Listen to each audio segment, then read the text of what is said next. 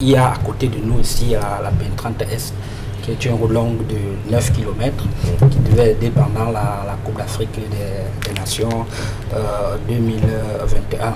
Mais jusqu'aujourd'hui, la route n'est pas encore véritablement terminée, même si c'est une entreprise locale qui a repris les travaux en février dernier. Pour ce cas, la P30S, une route de 9 km. On a quand même vu que c'est d'abord McGill qui a gagné le chantier. Après, McGill a sous-traité à Razel. Razel a sous-traité à une société chinoise. Et on se souvient, je crois que c'était un reportage d'Equinox Télévision, où quand Galon Dumais avait fait une essence sur le terrain, il était surpris de trouver que c'était une entreprise chinoise qui travaillait sur le terrain. Et puis leur posait la question, c'est de savoir comment est-ce que vous avez fait pour gagner le marché, qui vous a donné le marché. Et du coup, ça posait un problème de comment est-ce qu'on la passation de marché se passe véritablement dans notre pays. Vous allez voir qu'il y a par exemple que simplement le ministre des Transports, qui certes est le maître d'ouvrage. Il y a aussi des travaux publics. Il y a aussi le ministre des marchés publics. Et à côté de la commission qu'on met, tous ceux qui sont à l'intérieur ne sont pas, par exemple, des anges. Les gens peuvent choisir, par exemple, de confier des chantiers à des entreprises qui n'ont pas les équipements pour réaliser ces chantiers. La preuve, c'est que quand vous regardez, par exemple, des chantiers, la quasi-totalité de la panoplie des chantiers de la Coupe d'Afrique des Nations, il y a une entreprise qui ne citerait pas ici. Il y a de cela 2 jours, l'entreprise a publié un communiqué pour dire qu'on a volé des chantiers, qu'on a volé des équipements sur le site de, je crois que c'était le Poumbéré. Poumbéré, voilà. Et vous voyez que cette entreprise, qui dans le fond n'a encore rien réalisé de grandiose au Cameroun, a eu beaucoup de marchés de la carte qu'elle n'a pas livré. Donc il y a un processus de corruption et d'impunité, comme Guy Hervé Fonga le disait maintenant. C'est quelque chose qui perdure quasiment un peu 60 ans après les indépendances.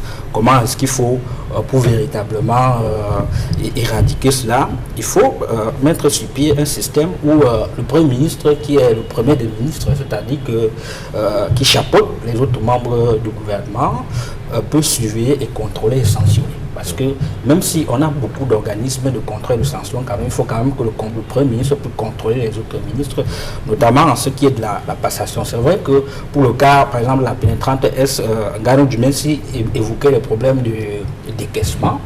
Parfois, l'État n'a pas d'argent, on est obligé d'aller emprunter.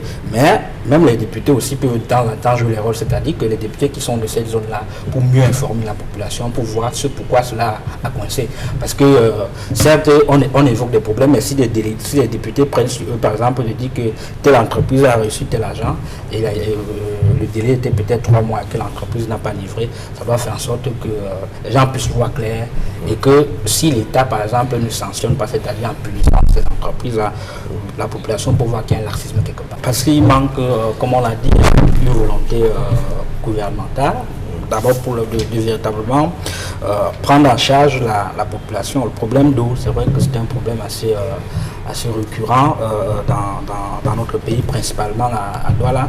Vous voyez que quand on regarde la ville de Douala de 1960 après les indépendances à aujourd'hui, il y a beaucoup de nouveaux quartiers.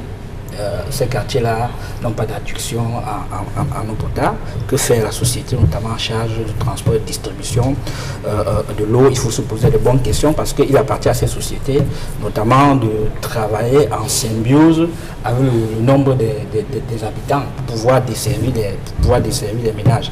Il y a l'ancien ministre de l'eau et de l'énergie qui avant était la directeur général de Kamwata. Je crois que c'était entre 2012, il avait un ambitieux projet, notamment de faire en sorte que plusieurs quartiers de Douala reçoivent le précis liquide. Je crois qu'à cette époque-là, il avait en symbiose avec Eximbank, il parlait d'un budget de 400 milliards de francs CFA, il parlait basé à Tanganakuna. Il était promu ministre de l'eau et de l'énergie. La situation en eau à Douala n'a quasiment pas changé, mais ce ministre était en prison. Vous avez vu qu'il a volé les milliards qu'il a remis. Ces milliards auraient peut-être pu servir des populations, notamment à Douala. Il est en liberté, même s'il a remis de l'argent. Et les 400 milliards qu'il avait pris, on avait par exemple parlé du projet d'adduction d'eau de Yato. C'est-à-dire qu'on devait tirer l'eau trivialement du côté du fleuve Mungo. Et cette eau qu'on devait tirer du côté fleuve Mungo devait aider les populations. Et en 2022, qu'on en parle encore des problèmes d'eau, alors que tous ceux qui habitent même du côté de Bonabé ont vu comment à un moment il y avait beaucoup d'embouteillages.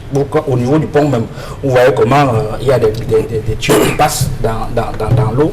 Comment est-ce que cette eau-là ne parvient pas généralement à résoudre le problème au niveau de la ville? Ça montre quand même qu'il y a un problème il y a un dysfonctionnement, notamment en termes de distribution. Comment est-ce qu'il faut pallier à cela? L'État doit penser, l'État qui a mis sur pied le progrès de décentralisation doit faire comme cela se passe ailleurs, notamment dans des villes comme la France. Parce que si on constate que quand Ouattara a échoué, il faut donner le projet de distribution aux mairies.